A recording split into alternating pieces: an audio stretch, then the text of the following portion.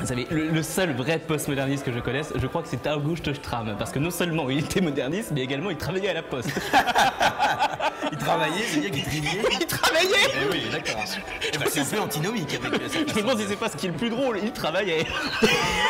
En étant dans cette... Catastrophe, me voilà bien embêtée. Je suis piégée en dîner mondain sans comprendre aucun des sujets de conversation qu'ils abordent. Ton milieu social d'origine t'a empêché ou t'a rendu très difficile d'accès à la culture élitiste et bourgeoise?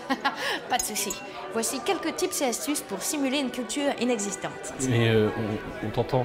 Oh, je suis pas très à l'aise dans cette situation, si seulement j'avais des conseils. Je ne sais pas trop comment Est-ce que t'auras un conseil sur ce moment où je dois... Pas de souci. Ah ouais. Voici les petits tips. Oh la vache. Ouais, trop bien. Premier tips, bosse tes onomatopées. Tout est une question de réaction. Ainsi, aie l'air diamétralement sûr de toi. Ah bah oui, évidemment. Ah mais alors ça, tout à fait. Mais c'est tout à fait typique de voilà. Eh ben de lui. Oui. Ah oui. Alors attention, pas n'importe quelles onomatopées. Mais j'aurais tendance à dire... Ah oui, bien sûr. Oui. Ah oui, mais ça tombe sous le sens. Quoique... Tu peux même carrément partir en déglingo, on contrôle plus rien et partir en impro totalement, tout passe tant que tu as l'air sûr de toi. Mais oui, l'auteur des flots bleus de l'âme de mon cœur nostalgique.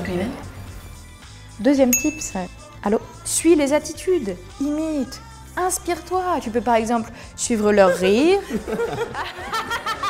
leurs attitudes corporelles, leur dialectique. Malheureusement, tu ne pourras pas tout mimer. Comme on compte que je vais défiscaliser en Suisse. Eh ben moi aussi, comme mon compte que j'ai un compte. J'ai un compte en banque. Et oui, car toi, tu restes pauvre.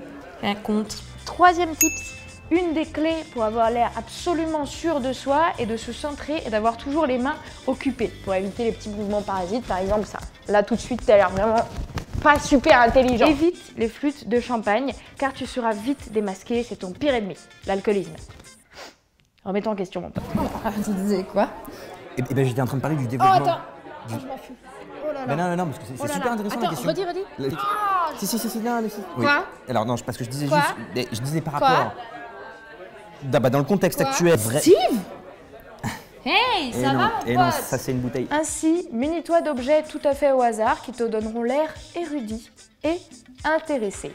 Tu peux partir sur un livre, hein, évidemment c'est assez classique, ça manque d'originalité. Basiquement, tu peux prendre n'importe quel objet tant que tu fais un trait d'esprit, c'est-à-dire des mots dans le désordre qui ne signifient rien, mais te donneront l'air philosophe et intéressé. Pourquoi vous promenez-vous avec une bougie constamment dans la main? Eh bien écoutez, c'est pour me rappeler que le temps se consume, qu'il est le meilleur ennemi de l'homme et est une litote de la vacuité de l'être. Oh, bravo! Merci. Vanitas vanitatis.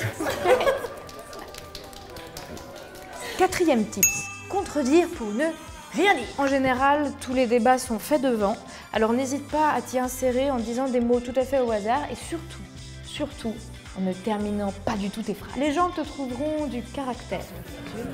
Je ne suis pas d'accord. Eh oui, je pense que... Notamment. Faut savoir mettre de la nuance là-dedans. Dans une certaine mesure. Oui, mais alors seulement si cette mesure se fait dans une mesure plus vaste. Mais alors peut-être. Bah oui, mais dans ce cas, Il faut reprendre tout depuis le début. Tout dépend. Je voudrais développer là-dessus parce qu'il ne faut pas oublier. oui, peut-être, mais en attendant, oui, mais non. Une controverse doit être faite pour être contrée, sinon elle verse dans la controverse. Et moi je ne veux pas de ça.